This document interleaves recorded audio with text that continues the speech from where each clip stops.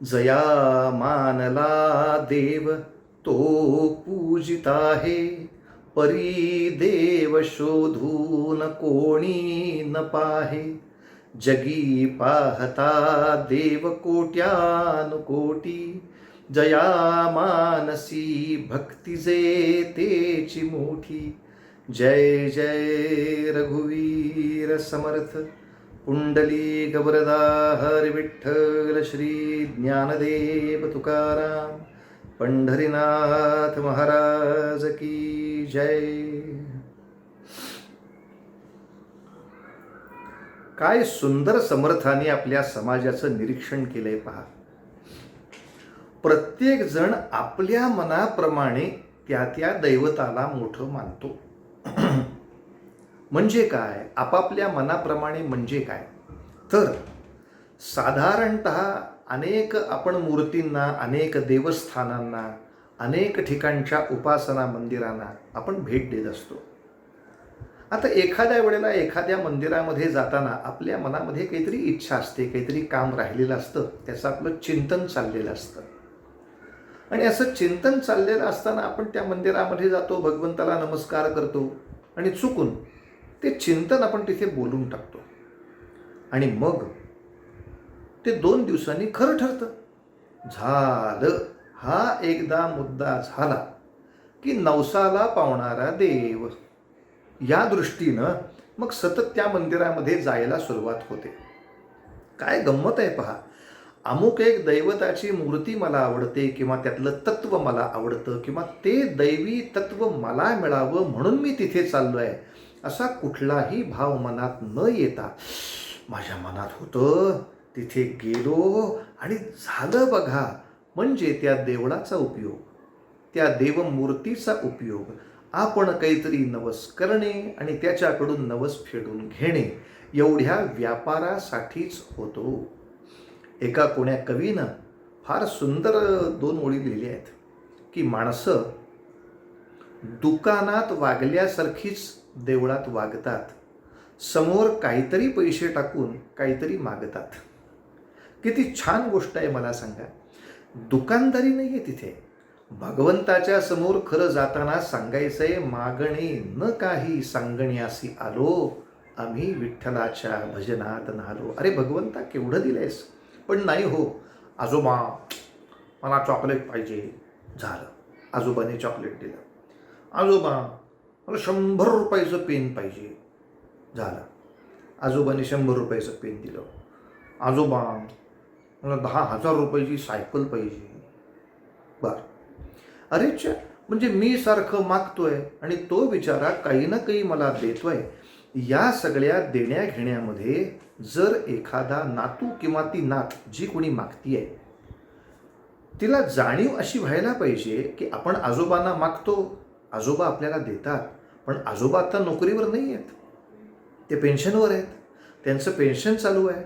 बरं, ते खूप काही मोठ्या पदावरनं निवृत्त झालेले नाहीत, त्यामुळे त्यांचं पेन्शन हे काही लाखभराच्या रुपयाचा विषय नव्हे. त्यांना कसं बसं पेन्शन मिळतंय, त्यातले ते काहीतरी पैसे देऊन डबेवाल्याकडनं डबा आणून जेवत आहेत. आपले बाबा आणि आपली आई काही त्यांना सांभाळायला तयार नाही आणि ते ह्यांच्या कृपेवर जगायला तयार नाहीत. ते मिळते त्या पेन्शनमध्ये स्वाभिमानाने छानपैकी जगण्याचा प्रयत्न करत आहेत. अरे, मी 25 पैशाचं चॉकलेट मागणं वेगळं, मी एखादी 1000 रुपयाचे 100 रुपयाचं पेन मागणं वेगळं, पण मी 10,000 रुपयाची सायकल मागतो. अशा वेळेला माझे आजोबा कुठनं पैसे आणत असतील हे? त्यांच्या किती गोष्टी ते मारून टाकत असतील माझी हौस पुरवण्यासाठी. एवढा एक मनामधला कृतज्ञता भाव नको का? अरे, भगवंतापाशी 2-3 इच्छा सांगितल्या, त्या 2-3 इच्छा त्यांनी पूर्ण केल्या. आता नको रे बाबा देवाला त्रास द्यायला, असा मनात भावच येऊ नये. जन्मभर एकच हा देव का आवडतो? नवसाचा आहे, नवसाला पावतो म्हणून आहे. तेव्हा समर्थ म्हणतात, जया मानला देव, हा नवसाला पावतो म्हणून मी त्याला मानला, म्हणून आपली पूजा चालली आहे, तो पूजित आहे. पण त्यातल्या देवत्वाला किती त्रास होतो आपल्या यासारख्या मागण्यांच्यामुळे. त्या खऱ्या देवाला कोणी शोधत नाही हो, परी देव शोधून कोणी न पाहे. आणि समर्थ म्हणतात, तसं नुसतं नवसाला पावणारे आणि आपल्याला काहीतरी गंमत दाखवणारे देवच शोधायचे असतील ना, तर या जगामध्ये कोट्यानुकोटी प्रतिमा देवाच्या आहेत. प्रत्येक डोंगराच्या दऱ्या खोऱ्यांच्या गुहांमध्ये ते छोटे छोटे छोटे दगड, त्याला लावलेले शेंदूर, त्याच्यासमोर बसलेले भक्त, तुमच्याकडनं दक्षिणा घेणारी माणसं. आणि मग काय काय विचारता, प्रत्येक देवाची गंमत तऱ्हा वेगवेगळी असते. तो देव अंगात काय तो मग तो देव काय बकरं काय मागतो, कोंबडं काय मागतो त्यांच्या दृष्टीने. आणि त्या मग हे एक आणखीन त्रासाचं. बरं, उत्तर हिंदुस्थानात काही ठिकाणी गेलं तर आमचे देव दुपारी 1 ते 4 झोपतात बरं का. नाही हो, मला दर्शन घ्यायचंच आहे. हो हो का, 5,000 रुपये द्या म्हणजे उठतील. अच्छा, म्हणजे देव तू सांगितले म्हणून 1 ते 4 झोपणार आहे, तर मी 5,000 दिले की तू देवाला उठवणार आहेस. असा दुर्दैवाने या कोट्यावधी देवतांच्या रूपांचा उपयोग करून माणसं बाजार करतात. हा बाजार समर्थांना खूप त्रासदायक आहे, प्रत्येक साधकालाच क्लेशदायक आहे.